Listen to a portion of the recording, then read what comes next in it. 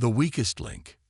Captain Jake Miller stood at the observation deck of the trading station New Hope, watching alien ships dock with practiced ease. His small cargo vessel Earth's Dream looked pathetic next to the massive galactic trade ships. 3 months into his first deep space mission, Jake had learned one hard truth. Humans were considered the weakest species in known space. The Galactic Council had only recently accepted Earth into their trade network. Most aliens saw humans as fragile creatures who broke easily and died from the smallest injuries. Jake had experienced this firsthand when a minor bump from a reptilian trader had sent him to the medical bay for 2 days. Another human, sneered Vex, a blue-skinned Altarian dock worker. Be careful not to breathe too hard near it. These soft skins break if you look at them wrong. Jake ignored the insult and focused on his cargo manifest. He was carrying simple Earth goods, coffee, chocolate, and music recordings. Nothing valuable by galactic standards, but it was honest work.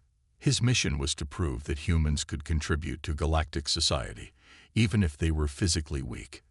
The station suddenly shook with violent tremors. Emergency alarms blared through the corridors. Jake grabbed the nearest rail as artificial gravity fluctuated wildly.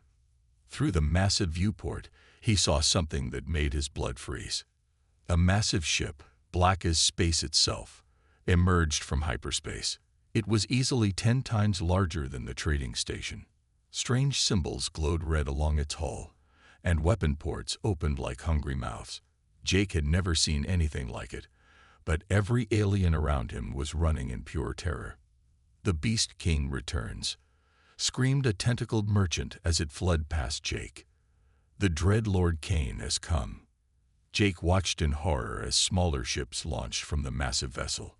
They moved like predators, surrounding the station with deadly precision. The station's defense systems activated, but their weapons barely scratched the enemy ships' hulls. "All civilians to emergency pods," the station commander announced. "This is not a drill. The destroyer fleet has found us." Jake ran toward the docking bay where his ship waited. He had to escape and warn Earth about this threat. But as he rounded a corner, he crashed into someone moving the opposite direction. Both of them fell hard to the deck. Jake looked up to see a figure in dark armor. The being was roughly humanoid but much larger, with pale skin marked by strange scars. Most terrifying were its eyes, completely black, like staring into deep space itself. This was clearly not fully human, but something else entirely. "You run toward danger while others flee," the armored figure said in perfect English. Its voice was deep and carried an odd accent. "Interesting. I need to get to my ship," Jake gasped, trying to get up. The armored being helped him to his feet with surprising gentleness. "Your ship will not survive what comes next," the figure said. "The Beast Lord's fleet does not leave witnesses." "Beast Lord?" Jake asked. "Are you talking about this Cain character?" The armored figure went completely still. Those black eyes studied Jake with new intensity. "You do not know who Cain is?" it asked slowly. "Should I?" Jake replied. "I'm new to this whole galactic scene. Cain is the most feared name in this galaxy," the figure explained. "He was once human, like you. But he became something else. Something terrible. His fleet has destroyed entire worlds. Even the Galactic Council fears to speak his name." The station shook again, more violently this time. Through the corridor windows, Jake could see the smaller attack ships beginning their assault. Energy beams cut through the station's outer hull like paper. "If you want to live human, come with me," the armored figure said. "I have a ship that can survive this attack." Jake hesitated. Everything about this stranger screamed danger. But as another explosion rocked the station, he realized he had no choice. Death was certain if he stayed. "Lead the way," Jake said. As they ran through collapsing corridors, Jake wondered what he had gotten himself into. He was supposed to be a simple trader, proving that humans could be useful to galactic society. Instead, He was fleeing with a mysterious warrior from the galaxy's most feared destroyer. The armored figure moved with deadly grace, leading Jake through passages that seemed to avoid the worst damage. It was clear this being knew exactly where they were going. Jake could only hope he wasn't running from one danger straight into another. Behind them, the trading station continued to die, as the destroyer fleet showed no mercy to anyone aboard. The monster's true face. The armored figure led Jake through a maintenance shaft that opened into a private docking bay. There, waiting in the shadows, sat a ship unlike anything Jake had ever seen. It was sleek and predatory, built for speed and stealth. Dark metal reflected no light, making it nearly invisible against the black of space. "Get aboard," the figure commanded, activating a boarding ramp. Jake hesitated at the entrance. The ship's interior was dimly lit with red emergency lighting. Everything about it suggested this was a warship, not a civilian vessel. But the station was dying around them, and he could hear the screams of other beings echoing through the corridors. Inside the ship, Jake was amazed by the advanced technology. The controls were clearly designed for someone with enhanced reflexes and strength. His guide moved to the pilot's seat with fluid motions that spoke of long experience. "Strap in," the figure said. "This will not be gentle." The ship launched without warning, throwing Jake back into his seat. Through the viewport, he watched the trading station explode in a brilliant flash of light. Thousands of beings had just died, and Jake felt sick knowing how helpless they had all been. "The Beast Lord shows no mercy," his rescuer said quietly. "He never has." As they flew away from the destruction, Jake finally got a good look at his savior. The armored figure had removed its helmet, revealing features that were almost human but not quite. The skin was too pale, marked with scars that looked like they came from energy weapons.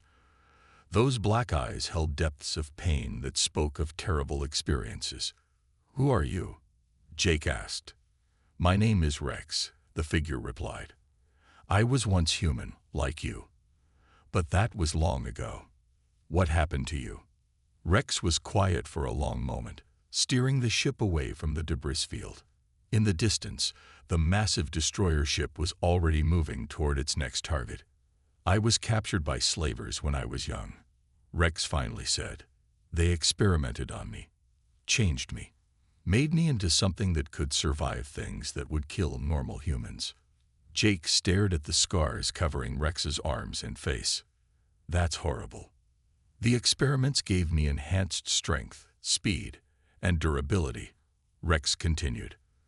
"But they also changed something inside me, made me capable of violence that normal humans cannot imagine." "You escaped." "Eventually," Rex said. His black eyes grew distant. "But by then, I had become something else, something that scared even the slavers who created me." The ship's sensors detected another vessel approaching. Rex's hands moved over the controls with practiced efficiency, but Jake could see tension in his shoulders. "Is that one of Kane's ships?" Jake asked. "No," Rex replied. "This is worse. It's a Galactic Council patrol. They hunt beings like me." "Why would they hunt you if you escaped from slavers?" Rex looked at Jake with something that might have been amusement. "Because of what I became to survive. The galaxy fears monsters, human. Even monsters that were created by the galaxy's own cruelty. The patrol ship was gaining on them. Jake could see it was heavily armed and built for pursuit. Rex pushed their ship's engines to maximum, but it was clear they would not escape through speed alone. "I need to ask something of you," Rex said suddenly. "If we are captured, tell them you are my prisoner. Do not let them know you came willingly." "Why?" "Because association with me will mark you as dangerous. The Galactic Council does not distinguish between monsters and those who help monsters." The patrol ship opened fire, energy beams barely missing their hull. Rex responded by diving toward a nearby asteroid field, using the floating rocks as cover. His piloting skills were incredible, threading through spaces that seemed impossible to navigate. "How do you fly like this?" Jake asked, amazed. The experiments enhanced my reflexes, Rex explained while avoiding another asteroid. I can process information and react faster than most species. They emerged from the asteroid field to find 3 more patrol ships waiting for them. Rex's ship was surrounded, with no apparent escape route. "This is Galactic Patrol Command." The voice came over the communication system. "Surrender immediately, or we will open fire." Rex's hands paused over the weapon controls. Jake could see the internal struggle playing out on his scared features. "I could fight them," Rex said quietly. "I could probably win. But that would make me exactly what they say I am." "What are you going to do?" Rex powered down the weapons and raised his hands. "I am going to trust that not all beings in this galaxy have forgotten mercy." Prison and revelation. The Galactic Council prison ship Justice was a massive floating fortress designed to hold the galaxy's most dangerous criminals. Jake found himself in a cell barely large enough for a human, while Rex was locked in a heavily reinforced containment unit 3 levels down in maximum security. For 2 weeks, Jake saw no one except the automated systems that delivered basic food. The isolation was starting to affect his mind when a Galactic Council investigator finally arrived. The investigator was a tall, gray-skinned being with 4 arms and large black eyes. It introduced itself as Investigator Vel and sat across from Jake in the small interview room. "You were found aboard the ship of a known criminal," Vel stated. "Rex the Destroyer has killed thousands of beings across 12 systems. Rex saved my life," Jake replied. "He rescued me from the trading station when that Beast Lord attacked." "Beast Lord?" Vel's 4 eyes focused intently on Jake. "You mean Lord Kane?" "Yes, that's the name. Rex told me Kane was once human, but became something terrible." Vel leaned back in surprise. Rex spoke of Lord Kane. "This is unexpected." "Why?" "Because Rex and Kane have history," Vel explained. "They were both part of the same experimental program. Both were human slaves who were changed into weapons." Jake felt a chill run down his spine. "They know each other." "More than that," Vel continued. "Rex was Kane's closest friend before Kane's transformation was completed. They escaped the laboratory together. But while Rex retained some of his humanity, Kane became pure destruction." "What happened between them?" Vel accessed a holographic display showing grainy security footage. Jake watched as 2 figures fought with inhuman speed and strength on what looked like a space station. One wore dark armor similar to Rex's current outfit. The other was completely covered in black armor that seemed to absorb light itself. "They fought 3 years ago," Vel explained. "Rex tried to stop Kane from destroying the civilian colony. The battle lasted 6 hours and left an entire station in ruins. Both survived, but Kane's hatred for his former friend became absolute." Jake studied the footage. Even with enhanced playback, the 2 fighters moved too fast for normal vision to follow. The destruction they caused was incredible. "Rex could have escaped that night," Vel continued. "His ship was faster. Instead, he stayed to evacuate civilians from the colony. That is why we do not simply execute him." "You mean he's not just a monster?" "Rex walks a line between monster and hero," Vel said. "His methods are brutal, but he has saved more lives than he has taken. Kane, however, is pure evil. He has destroyed 17 worlds completely." Jake thought about his time with Rex on the ship. The scared warrior had been gentle with him, even protective. It was hard to imagine him as a destroyer of worlds. "What will happen to us?" "You will be released," Vel said. "You are clearly innocent." "Rex, that is more complicated." 3 days later, Jake was processed for release. As he was led through the prison corridors, he asked to see Rex one final time. The guards were reluctant, but Vel gave permission. Rex's cell was more like a vault than a prison room. Thick walls of reinforced metal surrounded a small space with basic amenities. Rex sat in meditation pose on the floor, completely still. "They're releasing me," Jake said through the communication system. Rex opened his black eyes and looked at Jake. "Good. You do not belong in a place like this. What about you?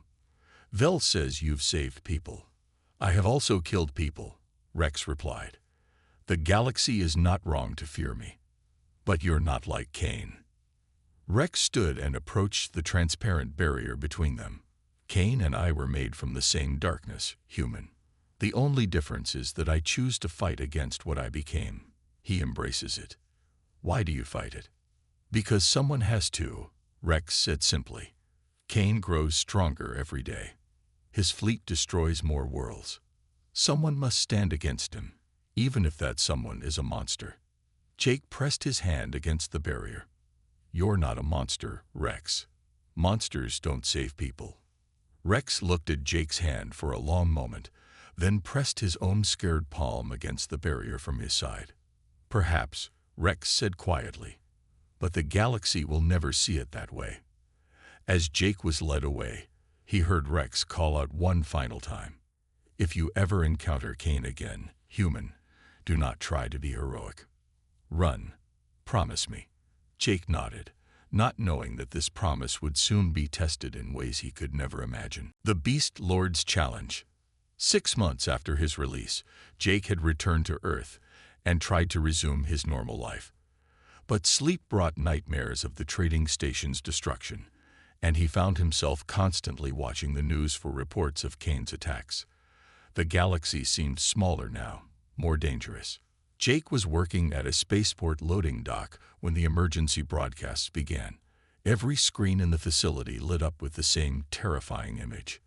Lord Kane's massive destroyer ship hovering over Earth's moon. People of Earth, Kane's voice echoed across every communication channel. His image showed a figure completely encased in black armor that seemed to drink in light.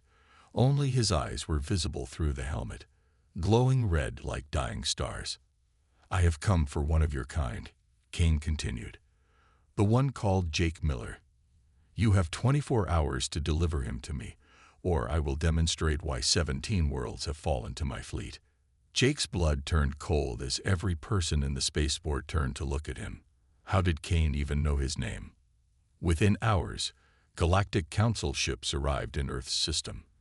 They came not to defend Earth, but to negotiate Jake's surrender. The message was clear. One human life was not worth risking a planetary genocide. Jake found himself in a conference room with Earth's top officials and Galactic Council representatives. The discussion was brutal in its honesty.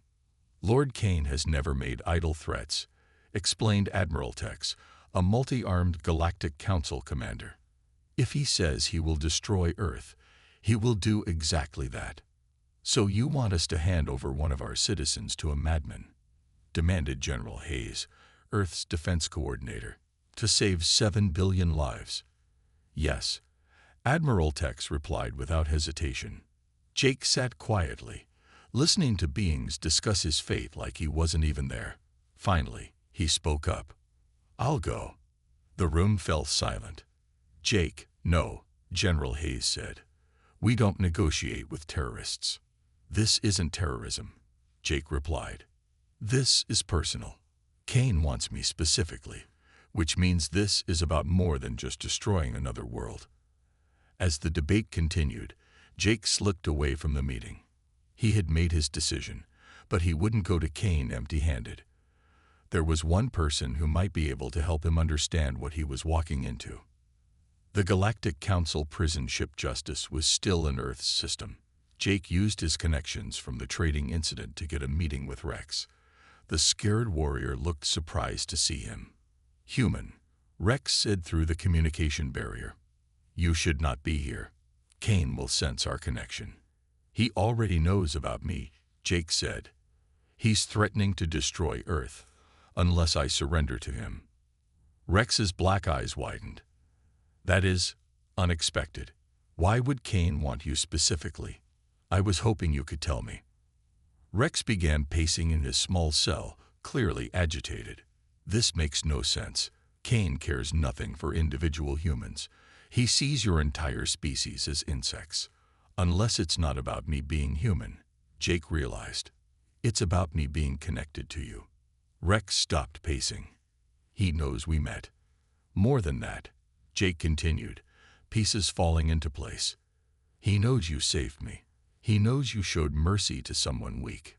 And he wants to use you against me, Rex said quietly. Kane understands that I have formed an attachment. Jake felt a chill. He's going to torture me to hurt you. No, Rex said firmly. He is going to kill you in front of me to prove that mercy is weakness, that caring for others makes us vulnerable. The two men stared at each other through the barrier. Jake could see the pain in Rex's scared features. There has to be another way, Jake said. There is, Rex replied. But you will not like it. Tell me. Rex approached the barrier, his black eyes intense. Let me out. Give me a ship. I will face Kane directly. The Galactic Council will never agree to that. They will if the alternative is Earth's destruction, Rex said. And Jake, when I face Kane, I need you to be there. What? Why? Because Kane's greatest strength is also his weakness, Rex explained. He believes that monsters like us can only destroy. If he sees a human and a monster working together, if he sees that we can choose to protect instead of destroy, it might shake his absolute certainty. Or it might just get us both killed. Rex smiled grimly. That is also possible. But it is the only chance we have to save your world. Jake took a deep breath. He was a simple trader who had never wanted to be a hero. But sometimes, heroes were just ordinary people who refused to run when running was the sensible thing to do. What do we need to do? When monsters choose to protect. The meeting between Rex and Kane took place in the debris field where the trading station had been destroyed. Jake piloted a small diplomatic vessel, with Rex standing beside him in the cockpit. The Galactic Council had reluctantly agreed to the plan, seeing it as their only hope to avoid a massacre. Kane's massive destroyer ship waited in the center of the debris field like a black hole given form. Smaller escort vessels surrounded it, their weapon systems trained on Jake's tiny ship. He's not responding to communication requests, Jake said, his hands sweating on the controls. He will speak when he is ready, Rex replied. Kane always was dramatic. A tractor beam seized their ship, pulling them into the destroyer's main hangar bay. As they landed, Jake could see hundreds of armored soldiers waiting for them. But these weren't aliens.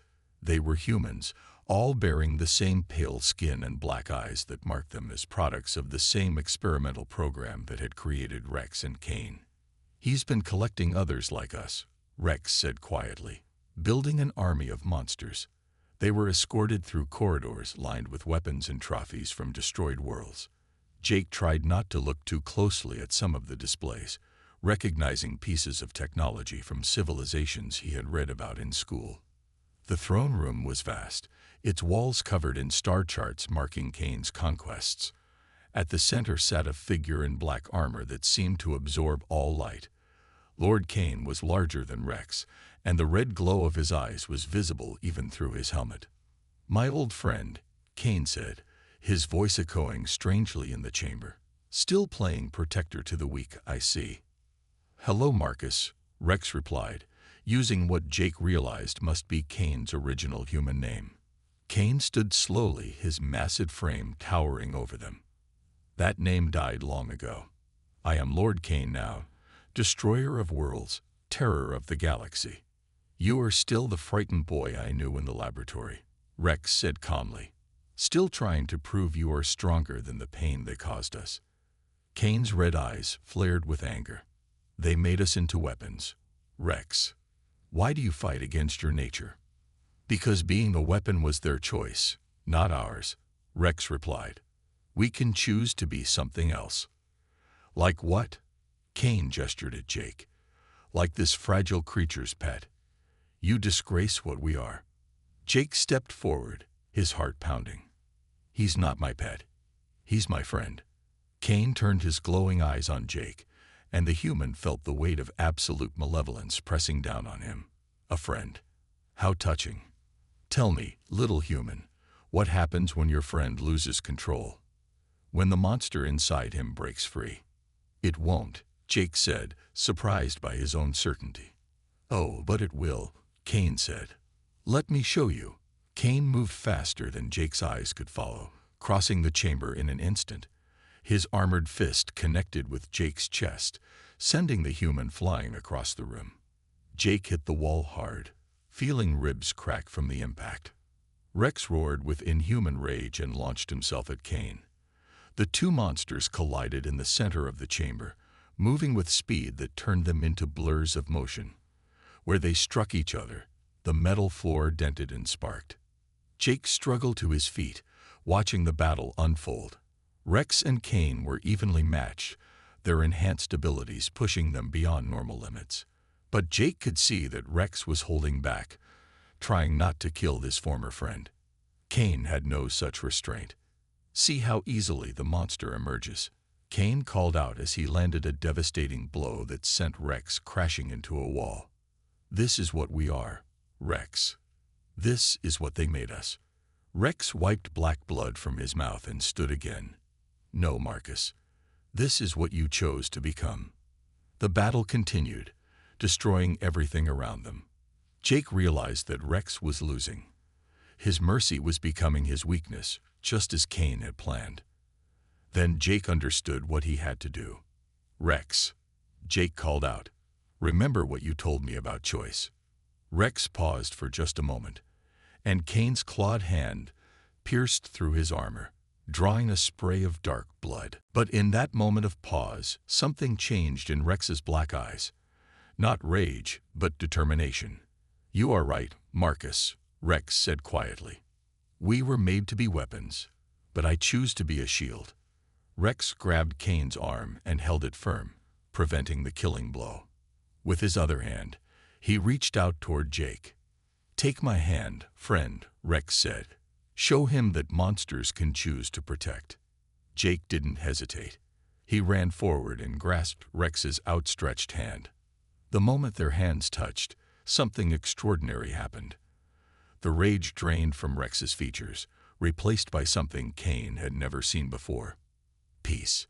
This is impossible," Kane whispered, his red eyes wide with shock. "No," Rex said, still holding both Jake's hand and Kane's arm.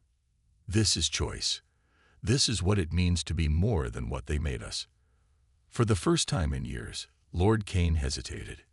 In that hesitation, Jake saw not a destroyer of worlds, but a broken human who had never learned that strength could come from protecting others instead of destroying them.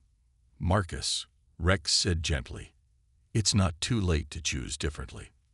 Kane's red eyes flickered, and for just a moment, Jake thought he saw something human looking back at them.